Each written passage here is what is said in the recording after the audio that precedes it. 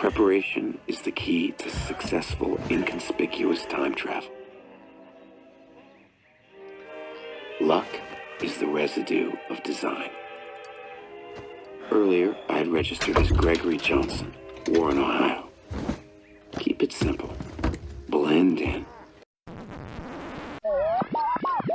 Okay, retro go. Let's go.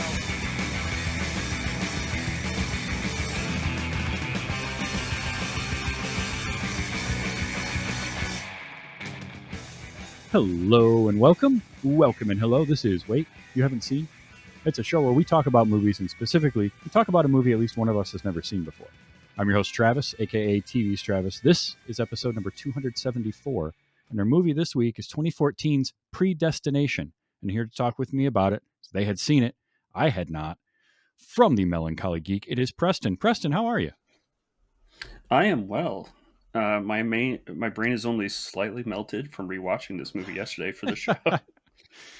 All right, so what is your history with Predestination as we get started here? So if I recall correctly, I don't know the details, but a number of years ago, I caught one of those random videos, or not even videos, but articles that was like, hey, if you like this, or here's a top 5 or top 10 list of time travel type movies, or that kind of thing. And I was going through the list, and a lot of them I was familiar with. So they had stuff like I don't even remember the specifics, but probably Looper. Yeah, and I'm sure that was on that list. High on the list would have been Primer. So there was stuff that was catching me, and then I seen this movie, Predestination. Had never heard of it, which catches my ear to begin with. Right. And then the fact that I look it up and I see Ethan Hawke staring my face, and I'm like, I know him. He's fun. Let's find this. So I went, found it, watched it, recovered from my brain melting because of how like they took a genre and spun it on his head. I don't even know what terms I can use to explain how this went until we get really into spoilery type situation. But yeah, that was the situation, and it was a movie that I've been trying to get the girlfriend to watch forever, but I just haven't had the opportunity yet. Excellent. So before I give any info on my history with Predestination, I'm just going to say up front, we're spoiling the hell out of this movie.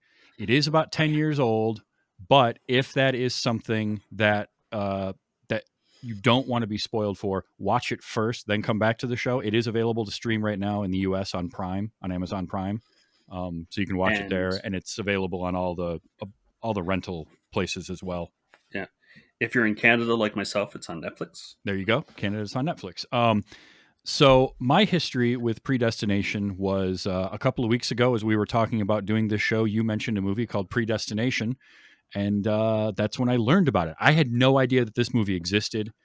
I maybe saw it in a list like you were talking about, where they mentioned 12 Monkeys and Primer and all these like really good, but it would have gone just in one ear out the other. Like I just never thought about it. I maybe even saw a poster or box art with Ethan Hawke on it, but that would have been about it. So you mentioned this, and I looked it up. I'm like, 2014, Ethan Hawke. I'm in because I love Ethan Hawke. Yep. Like he's just great. Always, he always brings something to his movies that I really enjoy. So I was like, sure, let's do it. And like you, I had to sort of sponge my brain back up after the movie. Yeah. And sort of sit with it for a while. And this, I'm just going to say right off the top, this is the type of movie that as I sit with it more, I like it more. It is my type of speculative fiction. So during the opening credits, I saw based on the short story by Robert Heinlein. And yes, and I didn't even remember that until I was just doing some general research and notating things that I was like, because for a moment I thought, because on IMDb it has written the writers, and then Robert's name was there, so I'm like, okay, third. And then when I went back at it, I went to, I think, Wikipedia, and then it listed out a difference of it. I'm like, oh, okay, this is not original work. This was just based off of. I'm like, all right, that's even more fun. Yeah. And Heinlein stuff was, I took a sci-fi fantasy writing class in college as like an elective. I thought it would be really fun to just kind of dive into that. And Heinlein's Sure. stuff was a lot of what my professor for that class really enjoyed. So we read a few of his shorts. I don't remember if we read this one, which is the short it was based on is called All You Zombies. Um, hmm but I loved those, and I love sci-fi short stories, especially those older ones. It's why I love the Twilight Zone so much, because that was that And exact this thing. and this is very there's Twilight Zone, Outer Limits. Mhm. Like there's very fragments of that Yeah. in the feel of this movie. Oh yeah, yeah. And so when I saw based on the short story by Heinlein, I'm like, all right, we got Ethan Hawke. It's based on a Heinlein story. Let's see where this goes. Like I'm ready. And it started off, and the movie just kicked right off with a really fun. I love the cold open for it. Um, Yeah. with because it had just a really cool vibe to it, and I'm a big fan of kind of a cold open. I love stories where we get an unreliable narrator too, and that's kind of this whole thing. Like we sort of it is, but it isn't reliable at the same time, because it's all when you figure out that it's being told to us in the way that it is.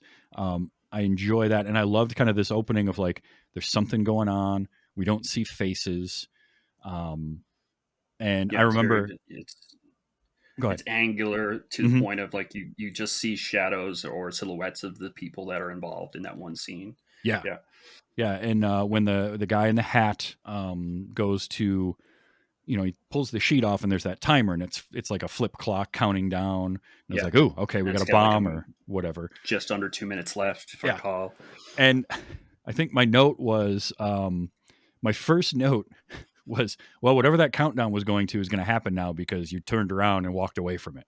Like Yeah. it's within 30 seconds and you walk away. Like, come on, and and sure enough, it blows up in his face. Um, and that's when we kind of get that whole cold open of like coming back, and um, there's like the violin case, and then all of a sudden they're somewhere else, and they're wrapped up in the bandages. And Yeah. I even had like this was the first time I noticed the one eye almost looked like the iris was stitched back in place. Yeah, there was a lot of like obvious reconstruction Mm-hmm. at that point, which, the guy was like the explosion that did happen, uh, was basically a burst of flames on the character. Yeah, like whole And body was in flames. yeah. Um, So that in itself didn't surprise you. no, But then, the story just started building from there. yeah, and it's interesting because I feel like on a second watch, I'm going to pick up a lot of little things that I saw Oh, the first you have time, no idea. So many little things. like things that I saw that I registered, but I didn't register in the way that I will on a second watch, because they'll have a completely different meaning. Um, but we find out that that person who was trying to stop that bomb from exploding um, goes through and has some reconstructive like surgeries to fix themselves up, and they're all scarred up. I love the scene looking in the mirror and being like, my own mother wouldn't recognize me, which Hmm. is a line we're going to come back to, because that's going to get Oh, 100%. really interesting. And so then like gets to go on yet another, like one more mission. And it's like alluding to this whole thing. You sort of figure out it's got some sort of temporal thing happening. We don't really like it's very vague about what is happening at first. At that point, yeah, Yeah. because you don't get a clear indication of how, from that initial scene with the bomb to where they are in like a hospital. That's a pretty straightforward, um, switch. Hmm. But and then yeah, like you just said, like you start getting to the point of like them going over what's next for this character. Yeah. And so then he ends up working at a bar, and Yeah. that's where the meat of the movie begins. In the bar, we kind of get our title card, and then here's Ethan Hawke working in this bar when somebody walks in. And my note initially when this person walked in was like, looks like a young Leo DiCaprio. Like, it's not, and it Kind clearly, of, though. but it definitely, the look, the hair, I think, is what really did it, right? Because like The that, style, like, it's in thinking back on it with that statement. I don't know if I've ever would have said it personally, because I don't think I've seen too many DiCaprio movies when he was in that age range. okay, But thinking back on it with you saying it, yeah, like it's very similar to how he was usually depicted in yeah, his facial structure and, like you said, the hair, whole nine it's yards. it's very of the like Leo DiCaprio in the Blood Diamond era of his Hmm. career, like those kind of mid 2000s. It's about that Yeah, age. coming into it. That's just like, that was the very first thing. And then one of the IMDb trivias was actually, as John, Sarah Snook's character bears an uncanny resemblance to a young Leonardo DiCaprio. I was like, no, really? I just thought it was funny that was like my first note to that. But so this character sits down, and it's very abrasive at first with the barkeep. Yes. Uh, They they I'm trying to remember exactly, like, because the Leo character, for lack of referencing here, and folks listening will realize why it's hard to kind of switch between them. But yeah, the person that came into the bar um, was very distraught. Like, and I'm sure that happens often. But yeah, there was some back and forth that was very abrasive between the two. mhm. Yeah, this person's just very like combative, and the barkeep is trying to be a barkeep, right? He's trying to be friendly, affable. Hey, how's it going? You having a rough Yeah, time? Whatever. And this person sitting at the bar is just like, "Brr, yeah. brr, Tell brr." me your woes. So pours him a drink, and eventually it gets to where it comes out that this person is a author. They write confession stories for like a pulp magazine, and it turns out the barkeep loves those. He reads them, which Yeah, isn't, even happened to have a couple copies of the magazine. yeah, which is, it's interesting because, as the writer says, you're not really the demographic for these at all. Exactly.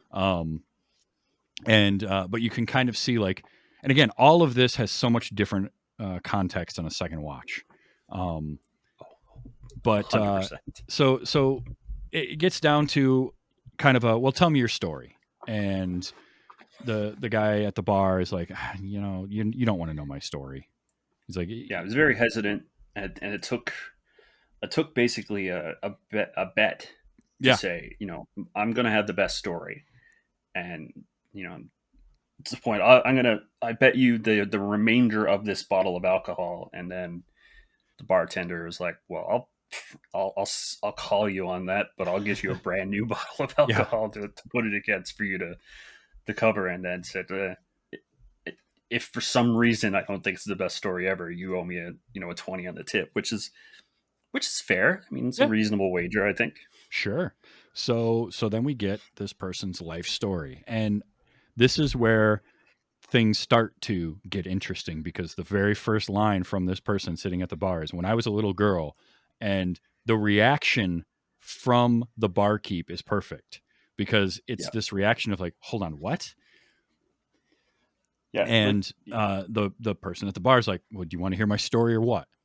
And he's yeah, like, no, didn't no, didn't sorry. didn't phase, didn't want to explain anything more. Yeah, Just was like, yeah, that's what I said. Let's move on. yep.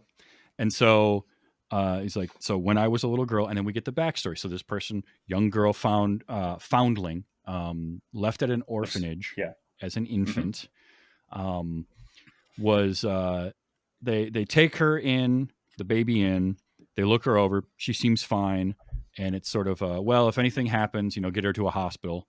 Yeah. Um, Yeah. Take the right precautions. but and then there's a very important line where, as they're retelling the story, says, I never got sick. Like, I was healthy, and so I never went to a hospital as a Yeah. child.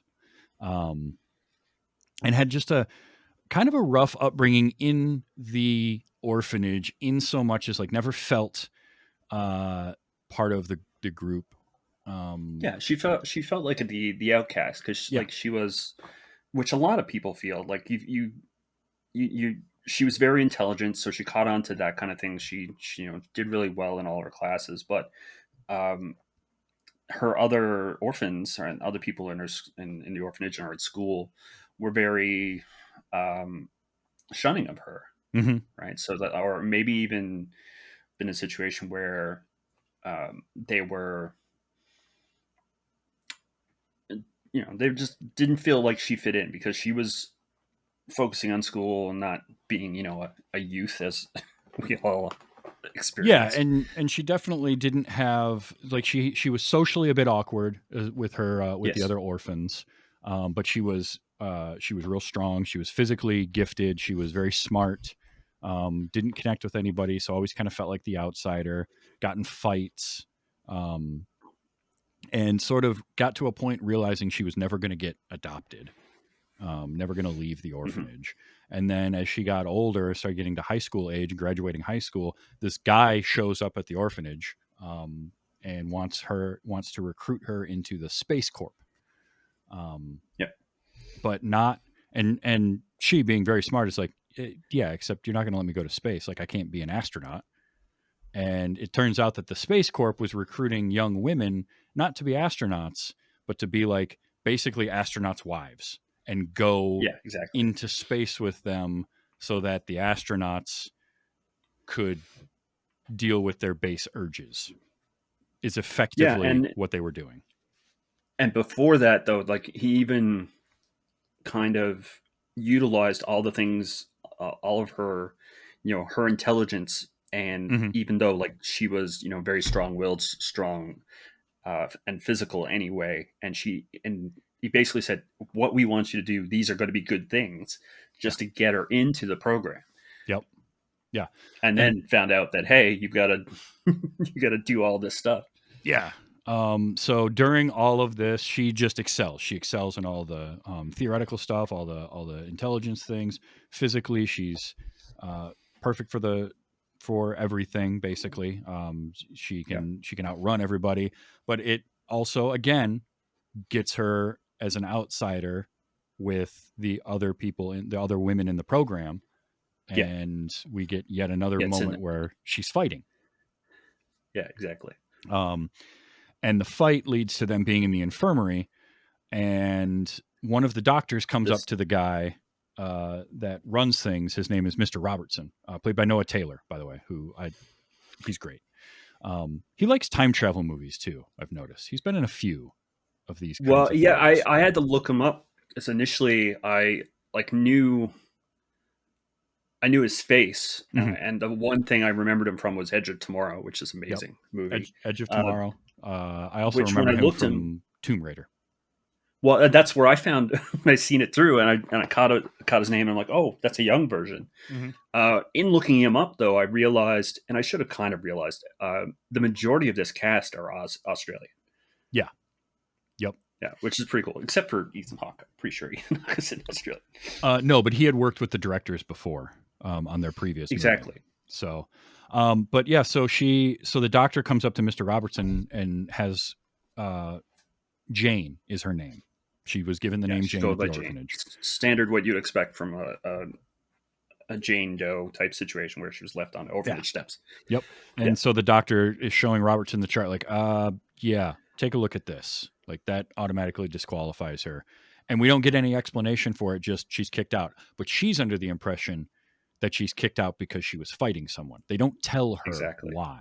But now, And Noah's character even says to the doctor, like, "Don't tell anybody." yeah, yep, Yeah, exactly. And so she is kicked out. And now she has lost the thing that was giving her purpose. Um, and it was taken away from her. And so she takes a job as like a basically a nanny. yeah. Um, Like, and I forget what they phrase it as, a home mother or something like that. But yeah, yeah. basically a nanny, Um, take care of the house. and while she's doing all that, she finds those magazines with the those like confession stories and falls Hmm. for them. Just enjoys reading them. They're just a great escape. And starts reading those and working and starts going to school.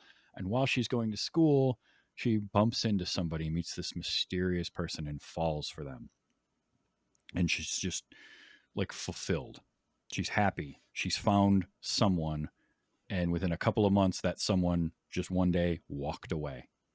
And that whole meeting was one of those chance meetings, and we don't see his face at all. Yeah, you have no indication who this person is, and the only thing that is explained is the fact that he knew the quote that she referenced based off the conversation you had, and I think it was from Abraham Lincoln. Yep. Yeah. And I can't remember the exact quote, but yeah, it was just immediate. So like to get to that point, she felt like, okay, there might be something here, because her entire life she's felt like we discussed as that outcast. Yep. So she finally found someone that had that common link. So she pursued it. I don't like if that never happened, I don't think she would have said, had any other meaning. She just would have moved on. Yeah, there was a connection felt there, and she felt, again, a purpose to her life with this person immediately. And so they, but then in short order, as the story goes, they just left. One day they said, sit here on the bench, wait a minute, I'll be right back, and then never showed up again. And so she goes, once again, she has something that is very, very important to her ripped away and taken away from her, and she's left alone again. So she redoubles her dedication to trying to get back into like the Space Corps or something. She wants that again. But before she can do anything, she finds out that in her short time with this guy, she got pregnant. Yep. And she has nothing and no one, so she ends up just in almost like a clinic, I guess. It was and ends up having the baby. And there are complications during childbirth. She had to have a cesarean section, and the doctor comes in. Oh, go ahead. And the doctor, part of when the doctor comes in, it's like, hey, have you actually seen a doctor before? 20 degree? Right. Leaning back to that point you made earlier, have not ever to go to the hospital or check before. And he explains that, okay, you've had a child, but regretfully there's some complications with having the child. There was a lot of bleeding. We had to give you a full hysterectomy. The whole thing is gone. However, and here's where the fun surprise comes, you also have male genitalia.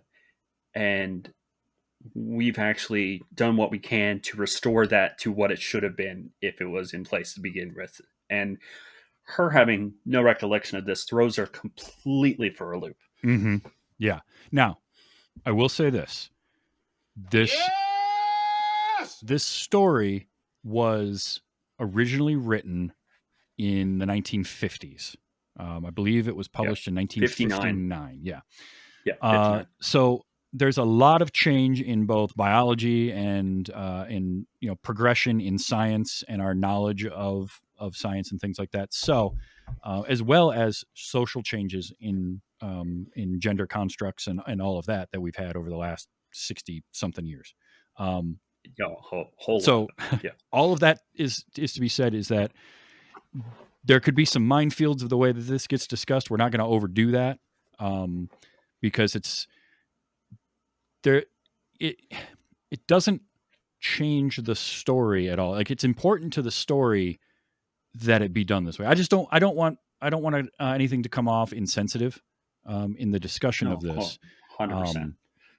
For anybody listening, but effectively, she is forced to become a he biologically, based on she was born with both, and the complications made it so that she ends up as now presenting man, and spends the next year going through this transition and dealing with all of that. And there's a really interesting part where she talks about, or he talks about, finally like looking in the mirror and no longer, like, there was a line earlier on about not remembering what they looked like in their former self as a child, because they got tired of looking in the mirror because it never felt right. And then there was, after the full transition, this idea of looking in the mirror and seeing somebody who they didn't really recognize, but they also knew that they weren't that person they were before. Like they were seeing themselves for the first time. Yeah, So, recognizing the circumstances. So Jane changed her name to John, because again, Jane Doe, John Doe, were just Jane Doe. Yeah.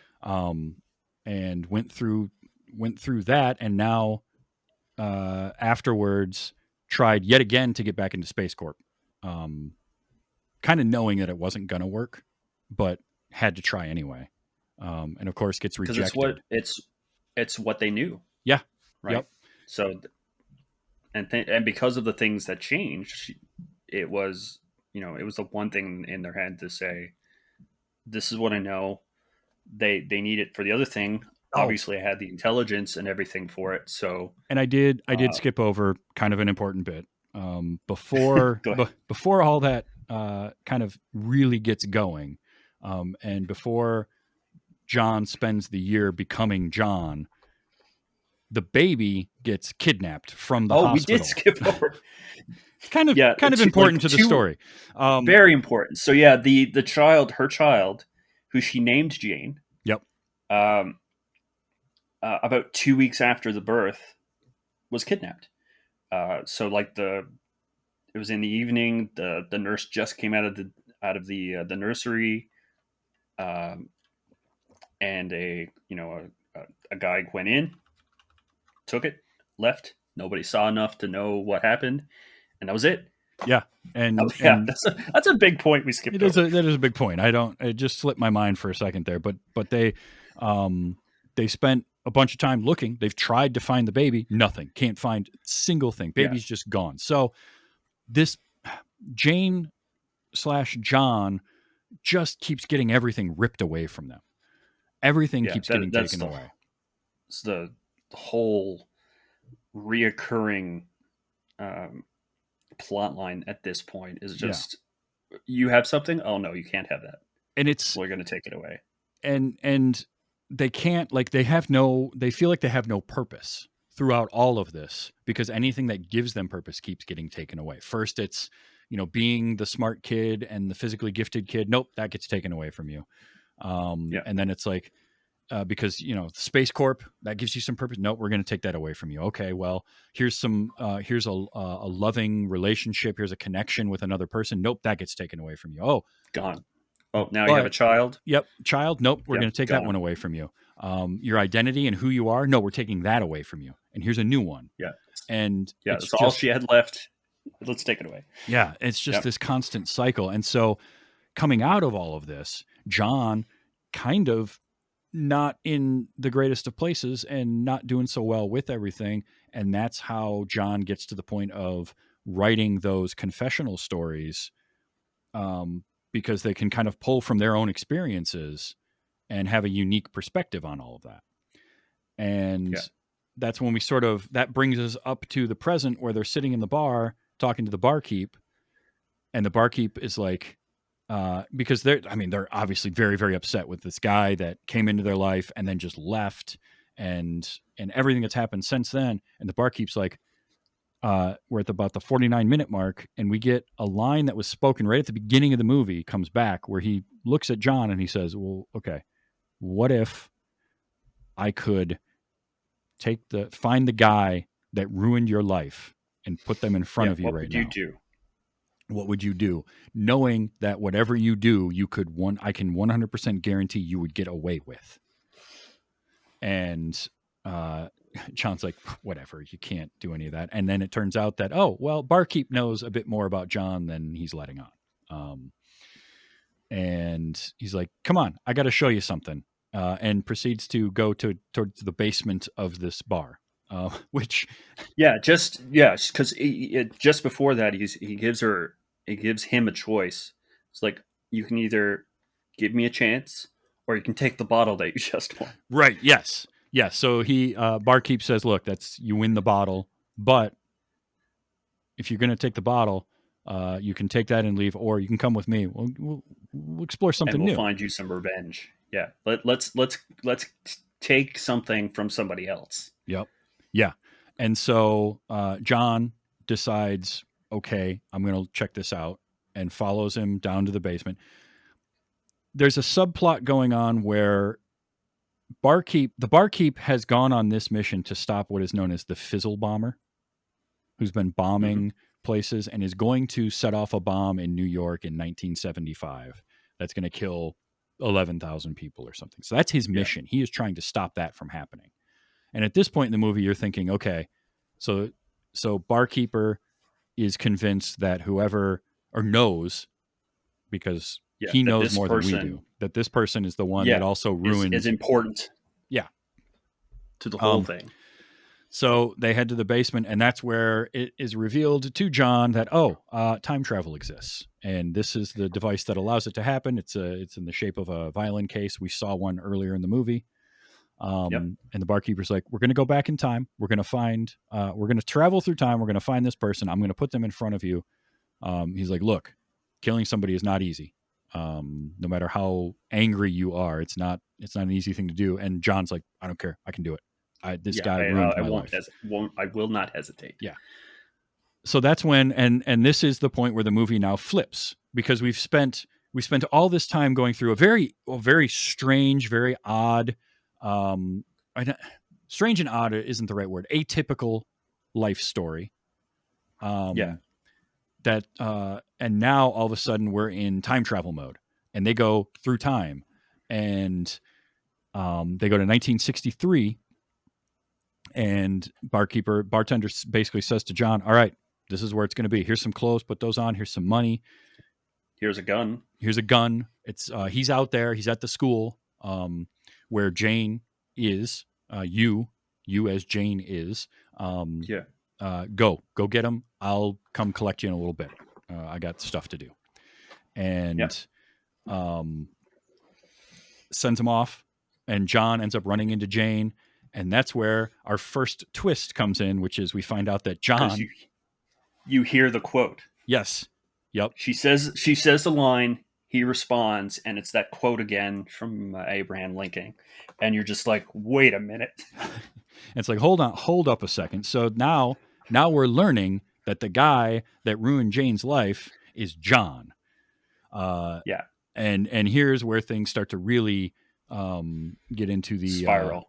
They spiral a lot here.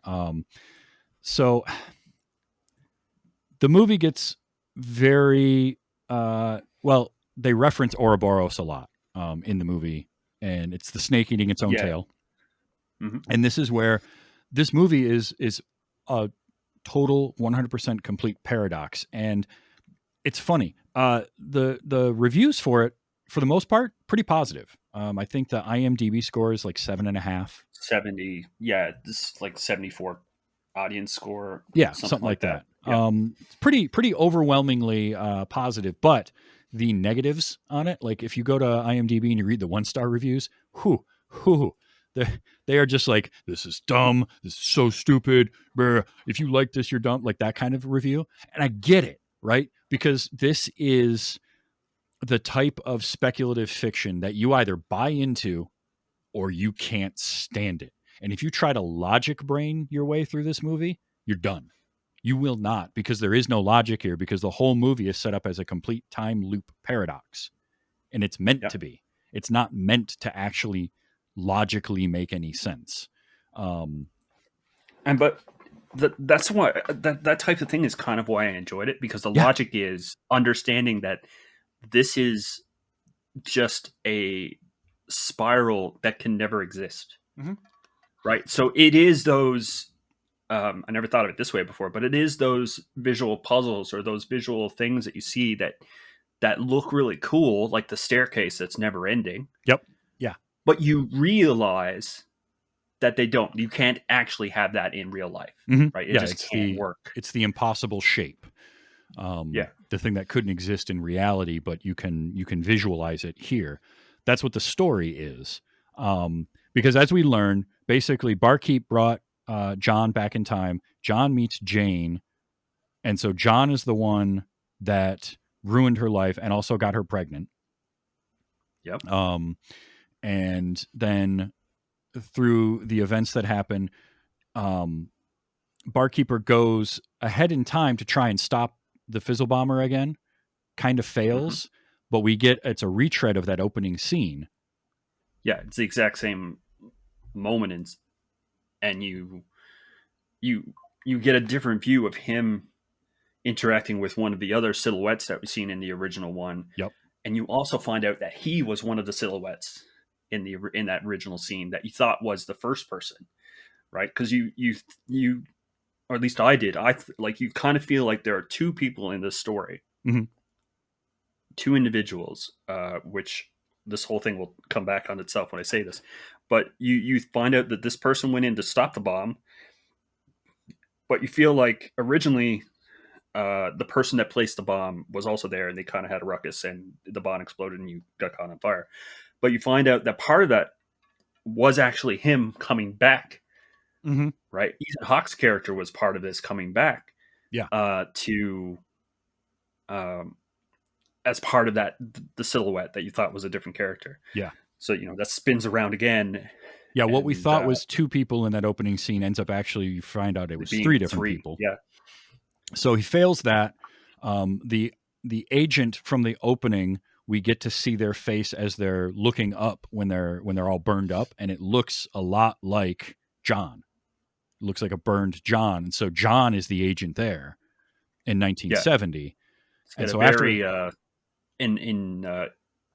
burned up Anakin look from episode 3. And so after that happens, Barkeeper goes back to 63 and kind of to collect John.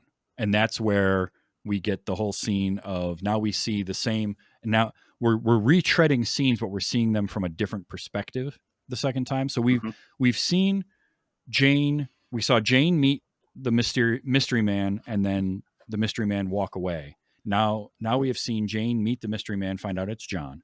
And now we're seeing when John leaves and walks away, and it's because he sees the barkeeper sitting up, and he goes to talk to him, and that's when the barkeeper is basically gives him, and it's a really great line I did capture. We'll listen to in a little bit.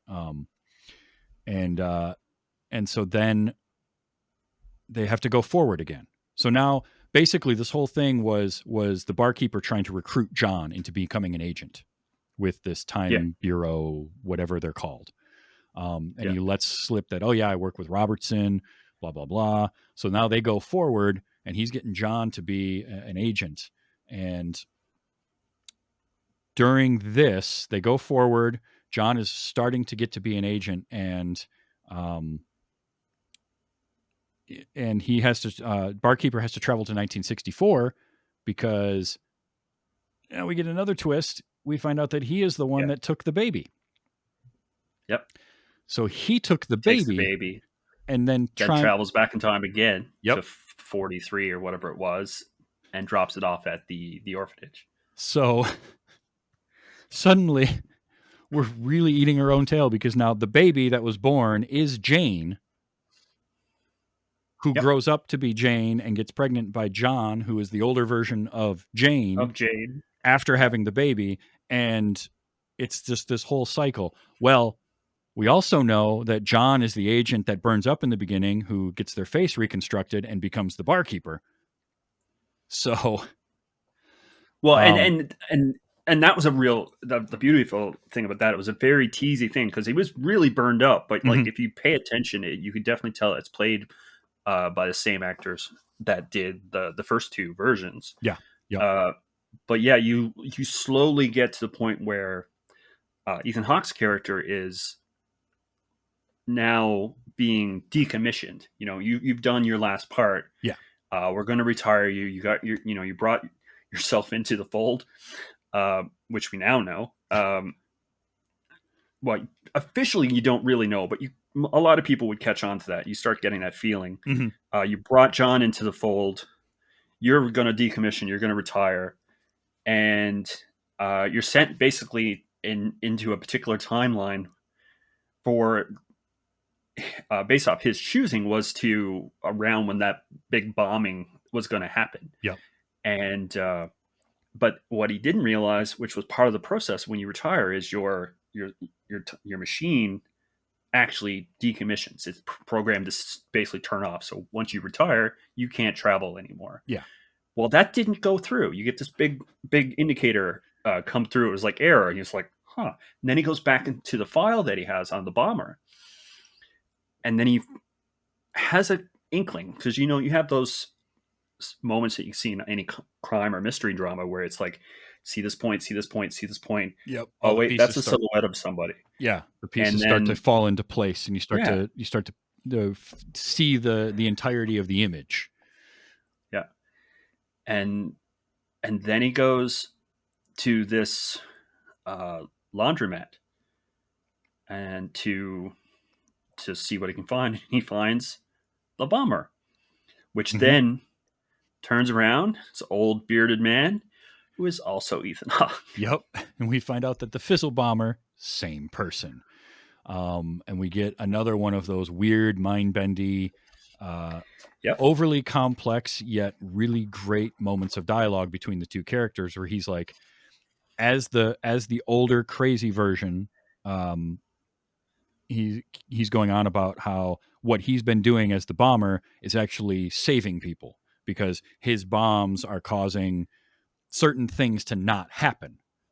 Yeah, I may have killed 40 or something people here, but 1,000 people over here Yeah. survived. It's that ever-ending trolley problem, almost, really, if you think about it. Yeah. Where it's like, okay, you can go over here and save this one person, or in doing so, you save 3 or 4 people, Yep. or vice versa. So it's, and he And tries to justify it. Yeah, Which- so he's trying to justify it to his younger self, and his younger self is like, "I won't become you. No, you're killing Yeah, people. I My will job never is to become stop you." you."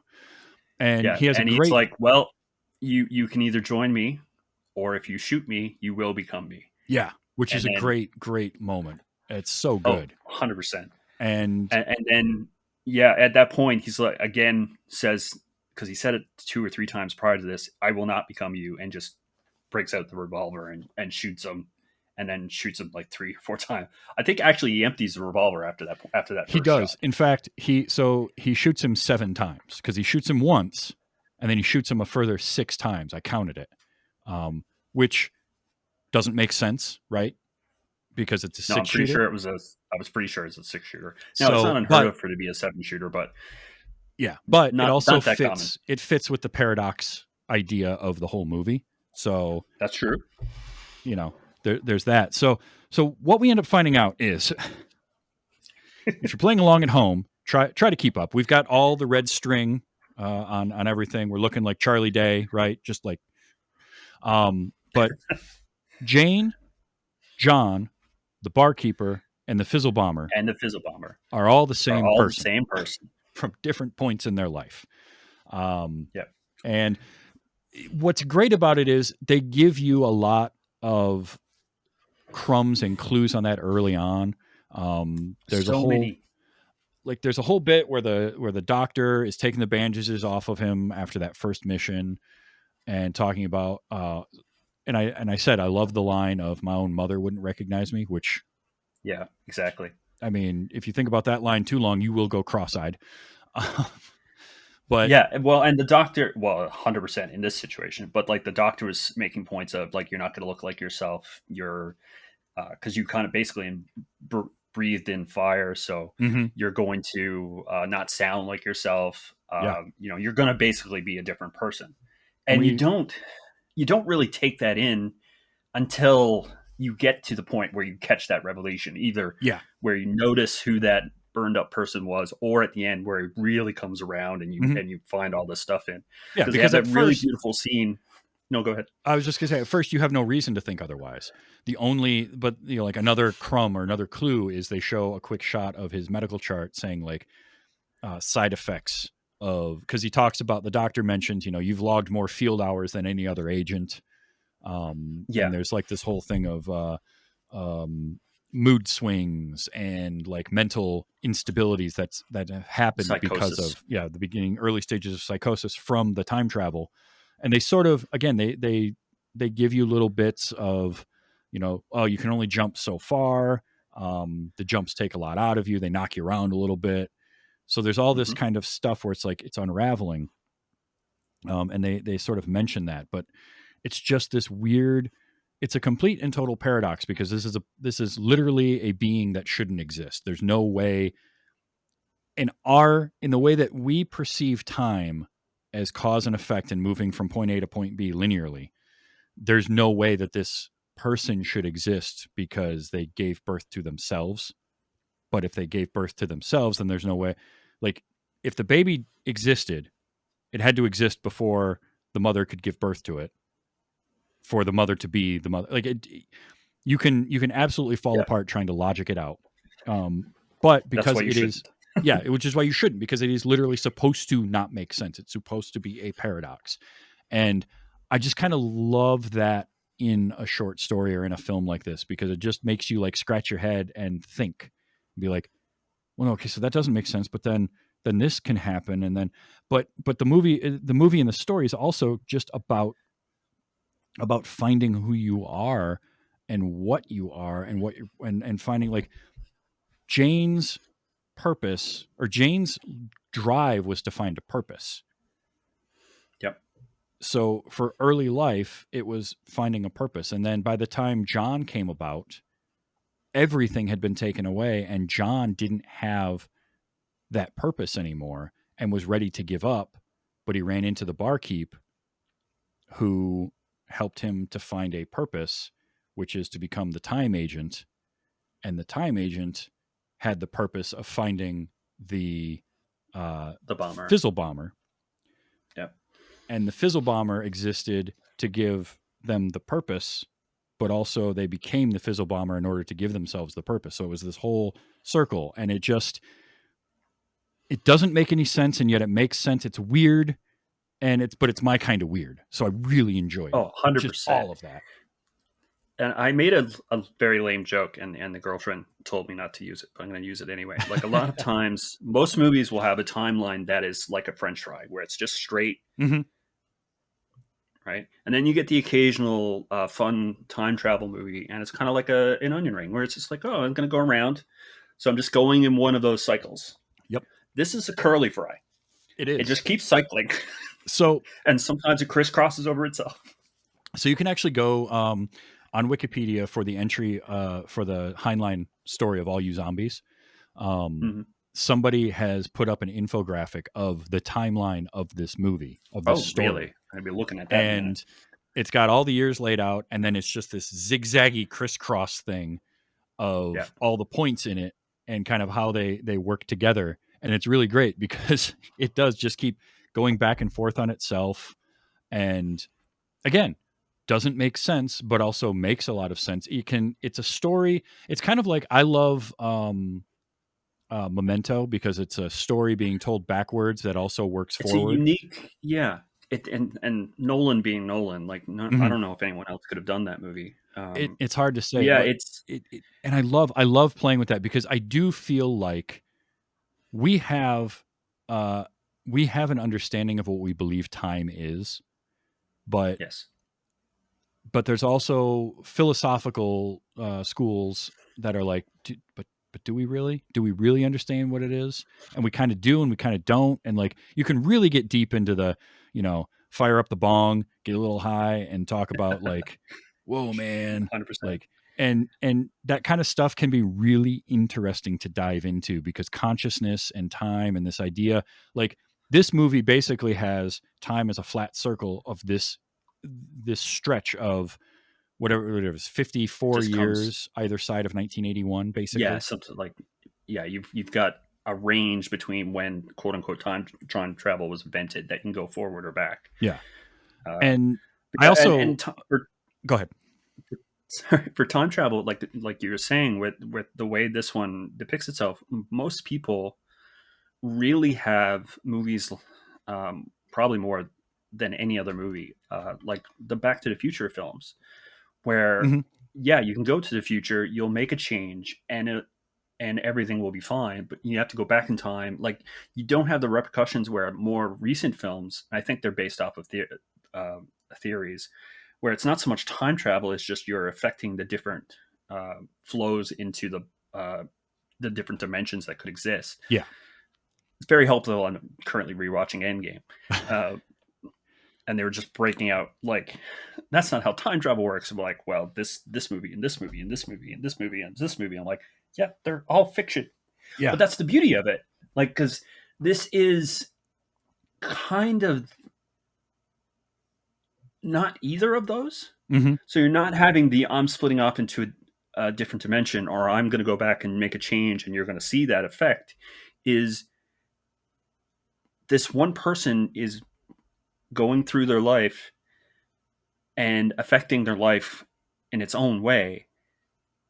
And there's no cycle, there's no change. It's just you feel like you have it's depicting the fact that this person had no choice, which they did, but it's almost like in real life, our choices are based off of our past experiences. Mm-hmm. And it just so happens a lot of this person's past experiences are with a different version of themselves. Yeah. Yeah. And that's where, you know, the title of Predestination and the idea of sort of determinism and do you have a choice? Because at one point, John even asks, like, I can change my past. And the barkeep tells him, you can. But at the same time, can't. Like, by John trying to change his past just created his past because it's already happened. Exactly. And like time travel by itself, time travel as a storytelling thing, again, you either buy into it or you don't. Movies have to typically, a good time travel story will have to kind of give you its rules and then follow those rules.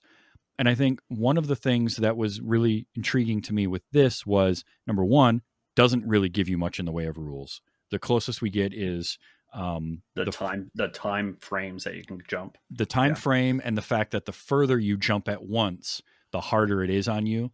But they don't really explain why that is.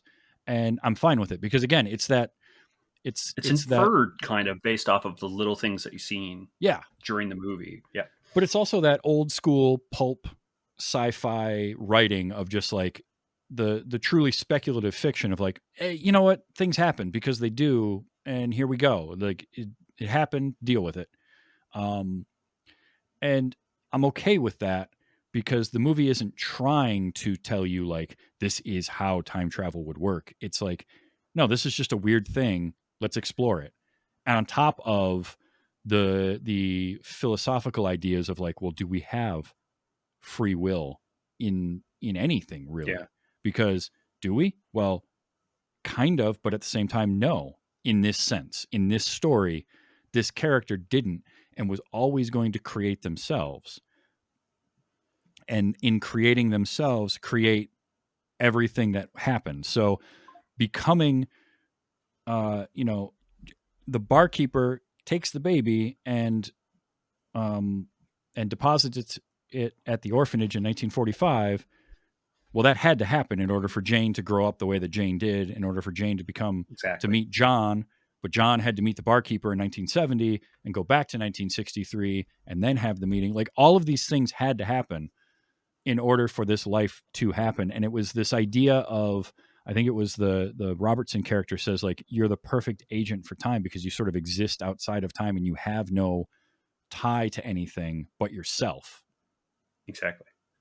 So it's just this, like, it makes you think a lot about it. It makes you ask a whole lot of questions. It's not super into like answering all of those questions. And I'm fine with that. Like, I just, for me, it was one, every once in a while, I just want my brain to get melted. Just give me that weird 100% moment and melt my brain. And then we'll deal with it. We'll deal with the fallout. Yeah. later. This is one of those movies where, cause there's melting your brain, but then there's a movie when you finish watching it and you just shake your head, but you're doing it with a smile on your face. Mm-hmm. Yeah. And that's exactly what this is for me.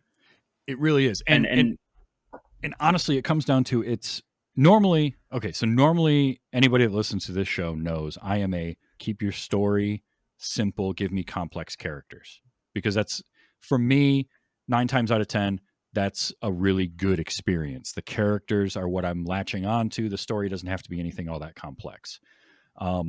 This movie says, how about we do both? How about we give you some interesting, complex characters, and then we're going to put them in a story that is weird and complex and doesn't make any sense and collapses in on itself, but also builds on itself.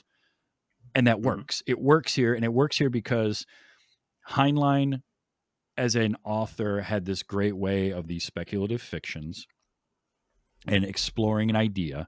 I love that stuff. They were very apparently, because again, I don't remember if I read that one or not, but from everything that I have read in researching this movie, they were very faithful to the story overall, with the exception of the bomber. The Fizzle Bomber wasn't an actual character in the short story. It was sort of referenced as like the Fizzle War happened and there was a bombing. And they kind of extrapolated that out, I think, just to give us like one extra layer. Which, hey, it works. It did work quite a bit. And then on top of that, it's the performances of Ethan Hawke and Sarah Snook, and we haven't talked about her enough. No, I was going to do the same thing and bring it up. And the best of my knowledge, this is one of her first real big roles, even though it, like, for both of us, when we came across this movie, like, we didn't really know it existed. But like, because this movie really was an Australian production, and I noted it came out. It got one of the slots at South by Southwest in 2014. But yeah, like, it's just, she comes out of nowhere. Like, when I seen this, I had no idea who she was. I still personally have, like, I wrote down that she was in an episode of Black Mirror, but I don't remember her being in an episode of Black Mirror. She was in a number of things. Like, a lot of people, I'm sure, have seen Succession. That was a big movie, a big show on HBO that a lot of people have talked. And she's in that. I have a feeling she's one of the main characters, but I haven't personally seen it. But yeah, it's that's interesting for me to see, like, a no-name person to me, and she may have been known to some people, especially in Australia, just come out and play two separate roles so strong. Absolutely.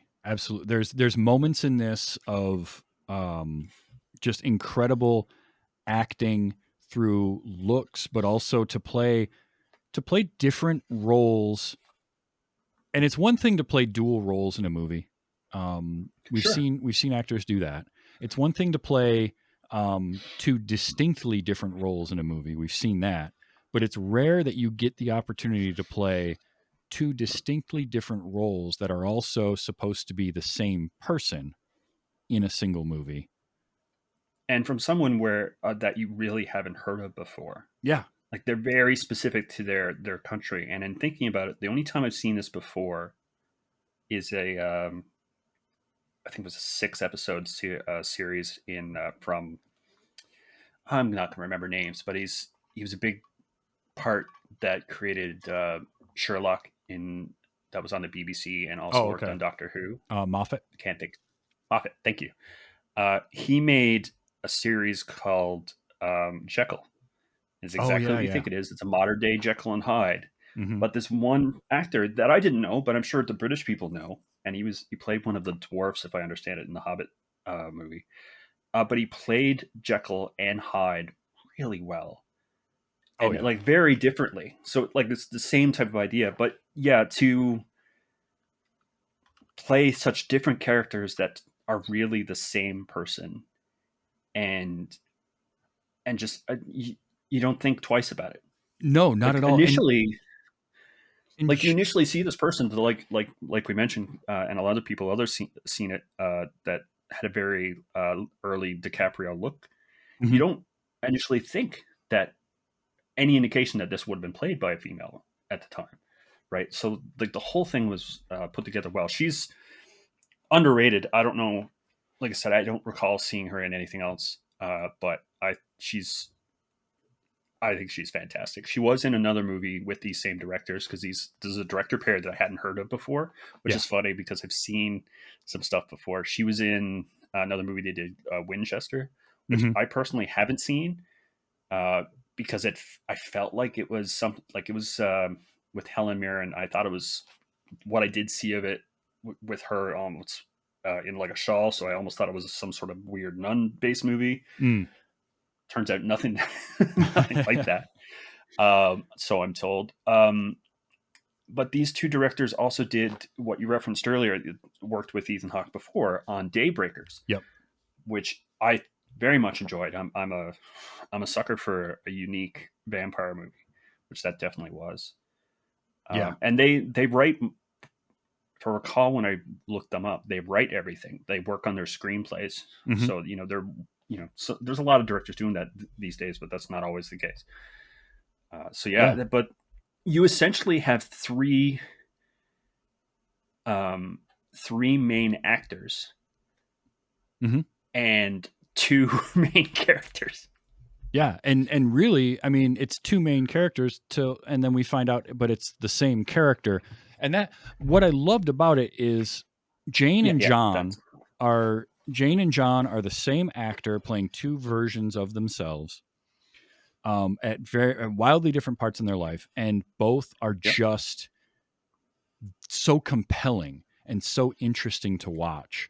And Sarah Snook just does such a great job embodying both aspects of that character so well. And then to have Ethan Hawke playing two different versions of the Ethan Hawke The same character edition of that person, and the same wife. yeah, Which, like you have a very steadfast agent who's on that mission, and then you find that the bomber version is like, hey, no, this is not how this is going. You're gonna do what you said you're gonna do. Yeah, the whole thing is trippy because it's like, again, it cycles. That spiral keeps coming back to that spiral for me. yep, oh yeah, absolutely. And it's as long as you can suspend the disbelief and not try to overthink the movie and take it for what it is and enjoy that, you're going to enjoy, I think, this movie. But I definitely know, I know people that aren't going to get into it. They're going to be the 1-star review people.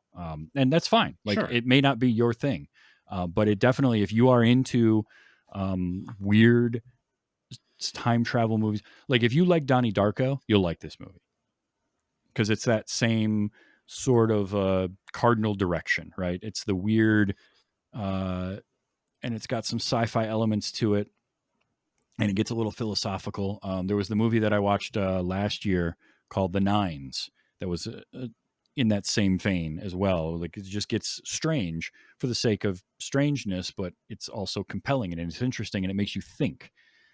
And that's what this one does. If you like old sci-fi stories, this is right up your alley because it is an old sci-fi story. There was some good clips that I got from it because there was just some funny moments, or not even funny because there wasn't a lot of like laughing moments. There wasn't a lot of levity. But there were some interesting moments. I did like when the barkeeper tells John that he looked okay. I think something like that, and it was, Well, you look better than I do. Who cares how a barkeep looks? who cares how Barkeep looks? It's like, ouch. Yeah, it's a good line, especially when you know after the fact what's going on. Yeah. Because, like, I remember the line from seeing this for this only the second time yesterday when I rewatched it, and seeing it, like, you're just like, in original viewing, you're just like, that's a good line, but in the second viewing, you're basically, I don't care what you look like, and it's you. You're talking to yourself, Yeah. and you don't realize it. Yep. Let's see. This one was going on. Oh, this is. I did like anytime the barkeeper would talk to Jerry, who must have been like the owner of the bar. It's only twice. Yeah. But this one I captured because it made me chuckle because at this point in the movie, we're an hour into the movie, and we've gotten the story of Jane growing up, and going through everything that Jane went through, and becoming John, and then and it keeps cutting back and forth between flashbacks and present day as the story's being told, and they're sitting in the bar, and so then he gets up to take John to show him whatever it is in the basement, and he goes, Jerry, going on a break. and I loved it because it's like, the hell you been doing for the last hour, dude? You have not been helping anyone. You've been sitting in a booth and playing pool and doing everything other than bartending. So I just love that. Like, going on a break. Oh, Oh, you are? Okay. Yeah. So that was a good one. When John talks about how he is no longer shooting blanks, right? Oh yeah. And John says that, and the barkeeps. And again, this is a line that fundamentally changes when you know kind of what's going on. Yeah, But it's just like the way, for me with the rewatch. just the way he says. The barkeeper says, Welcome to the tribe. "Welcome to the tribe." Was something else. There was Sarah Snook again, just doing so much in here, and there's so much emotion in a lot of these lines. Talking about seeing themselves in the mirror, right? And Yeah. this one, The person I knew was truly gone. the person I knew was truly gone, and it's really, I mean, that's just heart wrenching because that whole identity and purpose is just taken away from them. And it's out of their control, and you felt that emotion. You felt it from the performance, and from the reading of that line was really good. And followed up by the barkeeper, basically saying, "I'm sorry that this stuff has happened to you." And the reaction to that was really good because it's the proper, I think, reaction from John, which is, I've had a lot of people tell me how sorry they are for what happened to me. Don't want to hear it anymore. like, I get that. Absolutely. You don't want to hear it 100%. anymore. Yeah. Like, you're just done with it. Because it's taught, and it's a societal reaction to just show empathy. Mhm. And you don't always feel it. Like, it's because showing empathy with words is one thing, but to show it when you say those words with emotion, Mhm. where you're not just saying the words to show empathy, you're actually expressing empathy, is a thing that most people could probably think back on and realize. So, and this person going through so much, John at that point going through so much in the life, they essentially had every one of those big moments where, like, well, we're sorry that's happening to you. We're sorry you're going through this.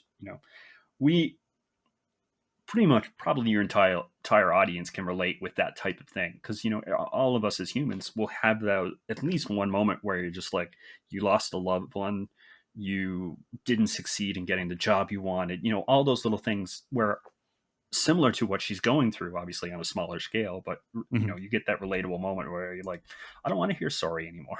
Yeah. Yeah. This was another one. It's labeled it as held off. I think this is also in Looking in the Mirror. I was always afraid to look in the mirror and see the person looking back at me. I held off as long as I could. Yeah. So held off as long as you could, and then that was then looking in the mirror and seeing a different face and being like, the person I knew is truly gone. Yeah. There was a lot of really good, like, time loop, time paradox lines, especially in that last act, when the barkeeper runs into the Fizzle Bomber. And I really liked this line from the Fizzle Bomber. You're disappointed in me, right? I remember that. I do. But when the dust settles, I think you'll see that we did the right thing. I absolutely love moments like that in a movie because those are mind benders. You're disappointed in me. I remember that. Like, Yeah, it's and acknowledging it 100%, like that. Yeah, I know and remember what you are feeling, what you're thinking about right now. yeah. And just to put yourself in the shoes of being the barkeeper and hearing that spoken to you at that moment, you just got to be like, even knowing what you know about time travel, still, it's got to make your brain itch in that very Yep. moment.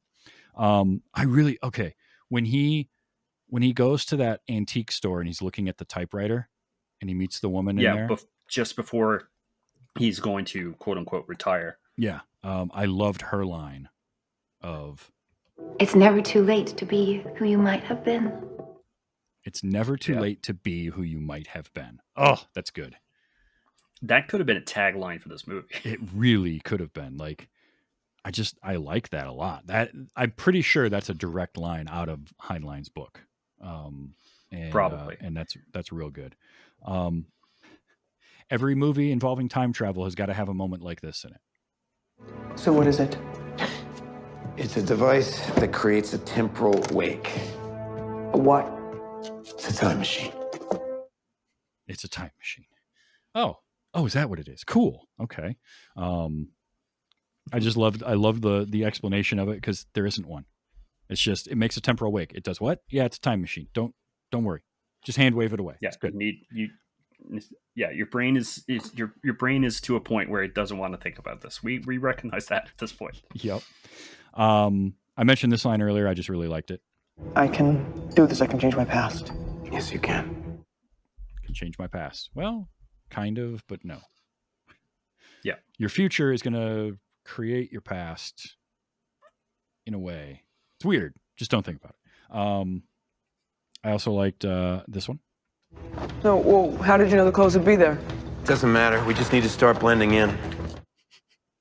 I love a movie that does that. Like, are we going to explain? No, we're not going to explain. Do we need to? Nah, not really. How did you know that was going to be there? Doesn't matter. I just did, and we'll move on.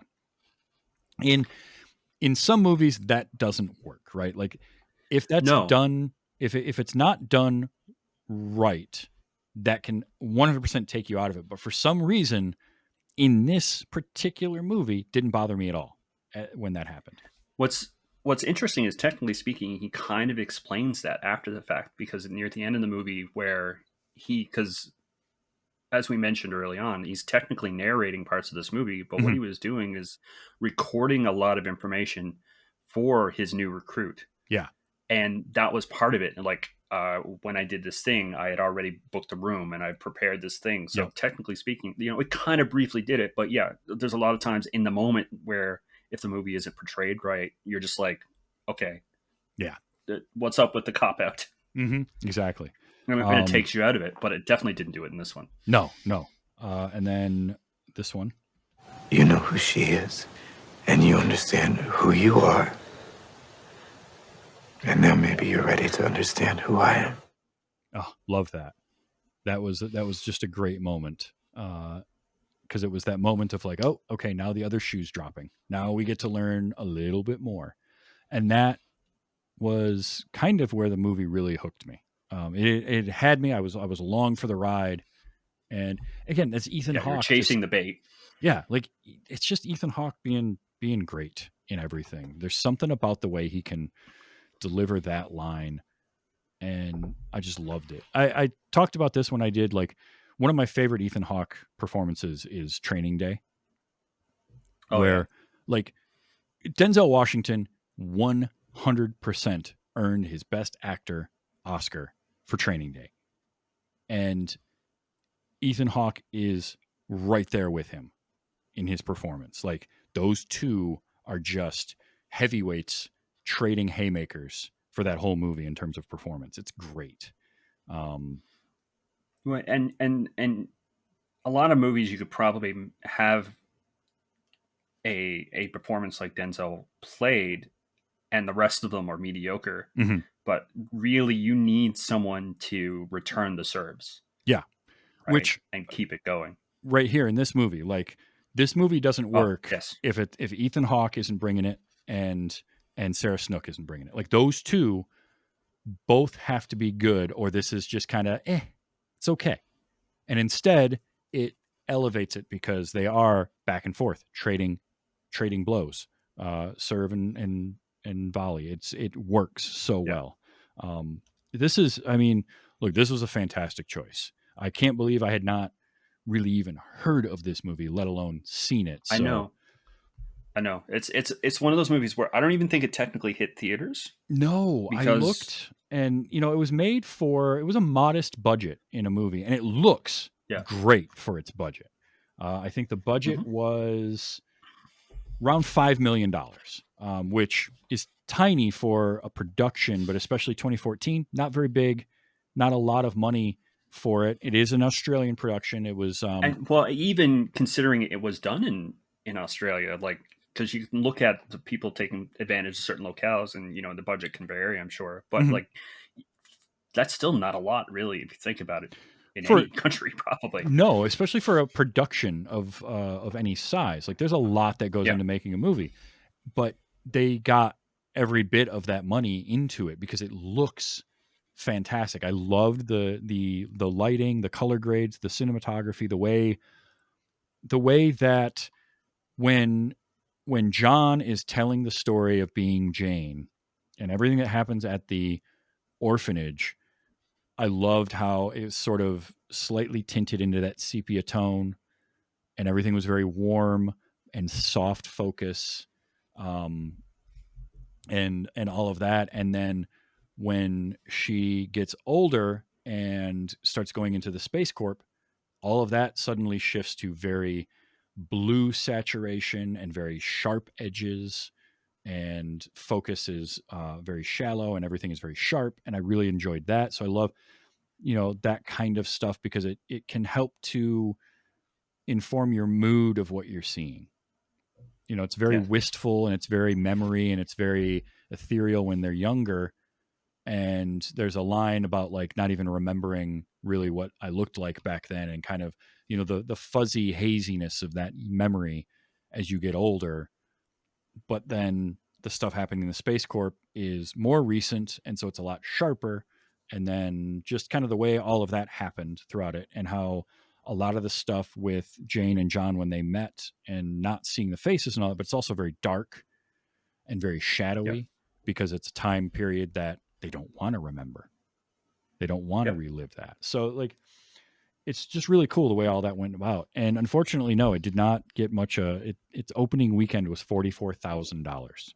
I think this was one that whomever it was as a studio and distribution just didn't really know what to do with it and how to market it, and so it just sort of didn't get a big push because I don't And I remember it cannot. ever being in the theater No, here. I don't think it. I don't. It definitely never happened here. I'm a big moviegoer. Um, but yeah, I don't know how you market this, No, really. I really don't know either. Like, because you think about a lot of the really mind bending time related movies. You had Back to the Future, but that was a very specific type. You come Mhm. forward to something like Edge of Tomorrow, which was not quite Back to the Future, but it was. It had that loop thing going on of in how it did time. I don't know if that movie would have gotten as much grab as it did if Tom Cruise wasn't in it, No, it wouldn't have at all. right? And this is And you think also of, a couple of years after Looper. Looper was 2012, sure, and but if you didn't it's have Justin Gordon-Levitt and Bruce Willis in Looper, I wouldn't be surprised if the same thing would have happened, where it would be hard to really give it. Like people like you and me, clearly, if we would have caught a glimpse of what this was about, we would have been like, "Yeah, I'm in." Mhm. But mainline audiences probably would have been like, "I don't know what this is." Yeah, and even Right? Looper, that was a $30 million film Mhm. at the time, and its U.S. gross was about 66 million. So it wasn't like it was a blockbuster, huge profit No, movie. Like definitely not. it made it back its production budget times two. We don't know, marketing and all of that, Marketing but and all like that kind of stuff. Yeah, yeah, worldwide was 176. It was a successful movie, but it wasn't gangbusters. And I think if you are distributing a movie like Predestination and you've seen just recently within a couple of years a movie like Looper kind of not have the biggest box office draw, you sort of get that from the business aspect. You're like, I don't know what to do with this, but we're going to put it somewhere. So I got this limited release, and it's kind of a bummer because I do feel like kind of like this should be making those lists of great time travel time loop movies with 100%. Looper, Yeah, with 12 Monkeys, with Primer. You know, it's that because it's not like you mentioned Back to the Future, or Hot Tub Time Machine, or something yep, like that. Those are um, broader and more accessible versions of uh, time travel movies because they're not they're not trying, like Back to the Future isn't trying to melt your brain. No, This movie definitely is. And 100%. it's such a harder sell to do that. Yeah. So, but if you get a chance, I mean, like I said, this is on Amazon Prime in the US. It's on Netflix in Canada, Yep. or you can find it on any of the like, you know, rentable Rental streaming places. services. Yeah, 100%.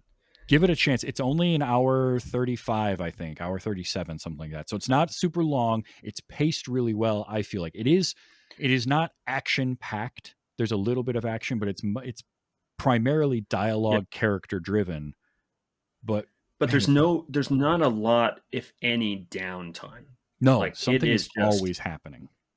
Right. The very few breaks between like the segments of the movie, but it's basically, here's a big thing for you to think about, and then it's into this story. Now we're into this story. Now we're into this story. And then what I did kind of like, especially when I realized it at when I rewatched it yesterday, is that last moment is it's got all these quick little flashes of things that are going on to really pull people into what happened. That is very reminiscent of how Saw ends. Yeah.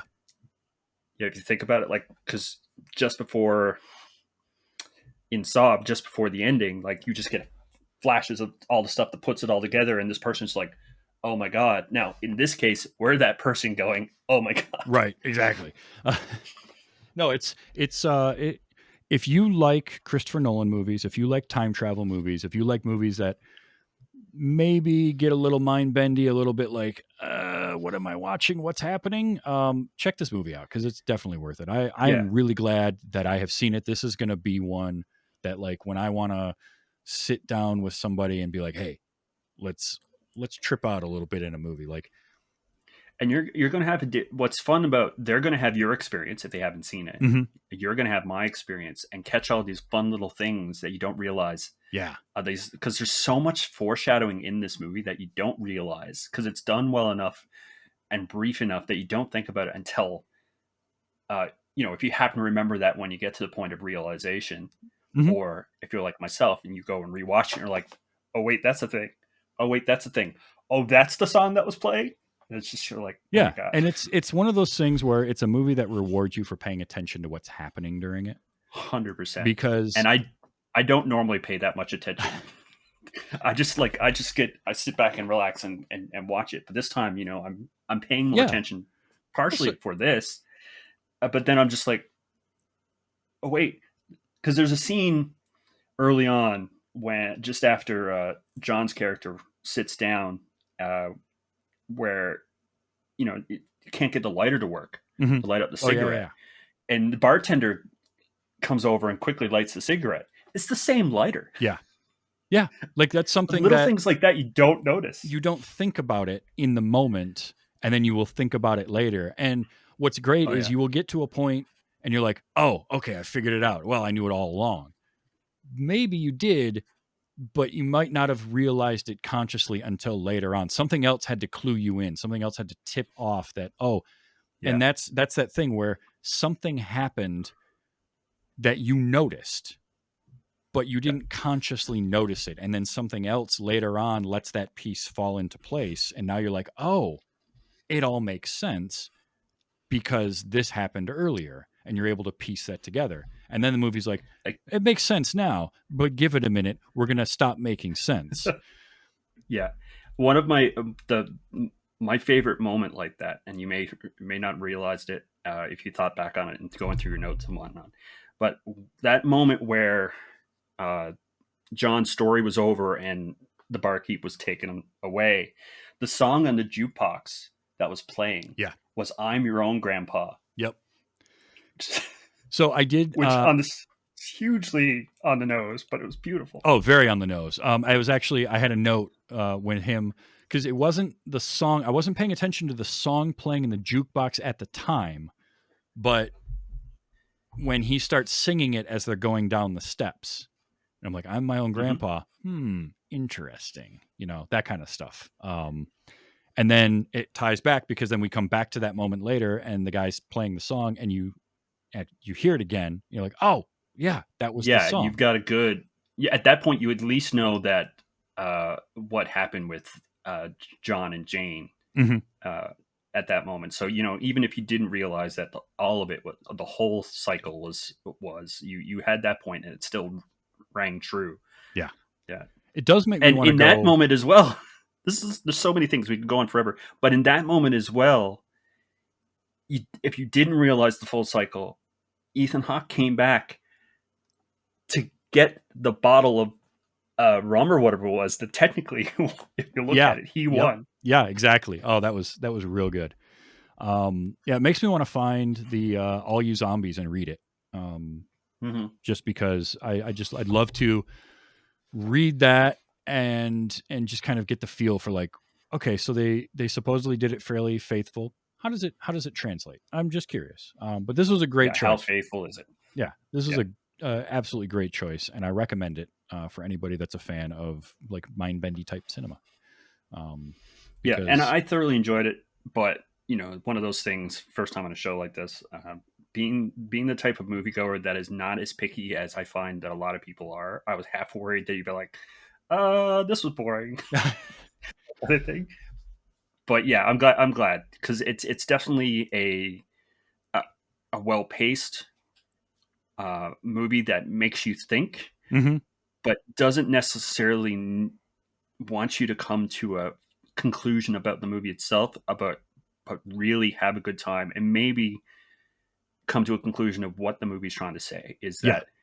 that you are and you can't really tell, but it feels like it's saying you are what drives your life. You're the Mhm. one. Your past experience affects your future experience, your future choices, and you can't change that.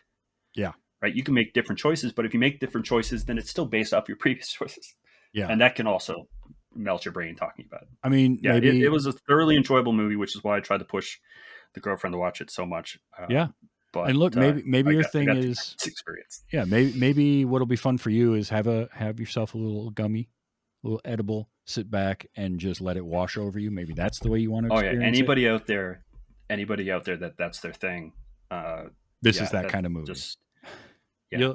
But it was a great choice. Now, Preston, you've got a show you're thinking about resurrecting yourself, bringing back. Yeah, it's so a number of years ago I got bored and randomly picked up a microphone and in the world of podcasting and I put together Melancholy Geek, which was initially just me talking about my life, being a geek, doing geeky type stuff, and also living with mental illness, Mhm. depression, and what I later determined ADHD and all this kind of stuff. But at one point, I took a chance, reached out to someone, and brought them on. Who is does her own podcast, does YouTube stuff now, but she's a therapist, and so I turned it into a conversation between people that have fellow geeks, fellow people with that go through mental illness. Mental illness has got a wide variety of things to discuss with, and it became a fun interaction. So yeah, it turned into that. But as I mentioned to you earlier today, it's hard to find people, Yeah. especially after 2020 happened. But yeah, it's something I want to bring back. I just got to get people together and once a month even and have a conversation like we just have, only a lot more personal. But yeah, it's melancholygeek.com. If you want to start an episode 14, that's when the interviews happen. There's it goes to 20. It's a lot of my personal friends, but a couple of people you may have heard of out in the world. Excellent. But yeah, it's a fun thing, and yeah, I'm still thinking about it off and on and bringing it back, and I hope to do so one Excellent. day. Well, thank you for being here this week. This was a lot of fun. It's been a pleasure. It's a real weird, trippy movie, and I'm all about that. So definitely we'll do this again sometime. I'll get you back on. Well, I'm going to find something you haven't seen. We're going to watch. I'm going to melt your Sounds like brain. a plan. Or maybe not melt your brain. Who knows? We'll find out. But no, thank you so much for being here. This was a blast. It's been a great time. Thank you. I'm glad. I'm glad to hear that. Now, next week, I've got a completely different end of the spectrum. We're going to 2004, and I'm watching a movie called Dead and Breakfast. I have not seen it before, but I am told that by September, who will be my guest, September McCready, that September's great. September likes this movie more than Shaun of the Dead. And that, for me, intrigued me because Shaun of the Dead is a favorite of mine. So I'm curious how this will play out. That's going to be next week, Dead and Breakfast with September. I can't wait. Love September. It's great having her on again. So that, and I've got some more fun stuff coming up. I'm going to traumatize my friend and co-host Steven Adams and make him watch The Neverending Story because he's never seen it. And dude, he will experience all the millennial trauma that Atreyu. So yeah, that's happening over the next couple of weeks. So definitely come back for that. If you like this show, I do record it live Sunday nights, 8 p.m. Eastern time, here at twitch.tv/TV's Travis. Next weekend, we'll be at 7 p.m., a little bit earlier. So keep an eye out on all the social medias for that. I'm TV's Travis on all of the social medias. And it's also comes out as a podcast on Wednesdays, anywhere you get your podcasts, including a video version on YouTube. A subscribe over at YouTube helps that channel grow and makes the videos more discoverable for people on that platform as well. So if you can do that, I appreciate it. And you can find this and other things that I do at tvstravis.com. Is an easy central repository to find feeds for all the shows that I do, as well as things like I've redesigned my merchandise store with some new stuff. And I also have a Patreon for this show, patreon.com/WYHS. And you can go for as little as $1 an episode to help this show stay on the air and keep the lights on. So appreciate that. Preston, thank you so much for being here. This is great. We'll definitely do this again. Thank you, Travis.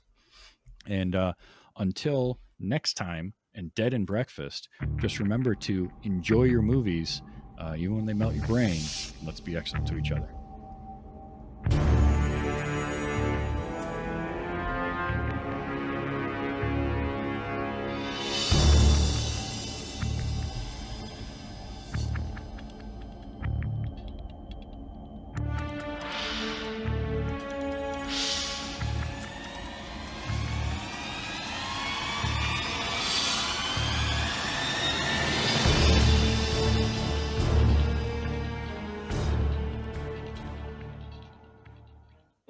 Refund. Just have me play the damn song. Yeah, come on, Jerry. Let him play the damn song. By the way, I quit. By the way, I quit.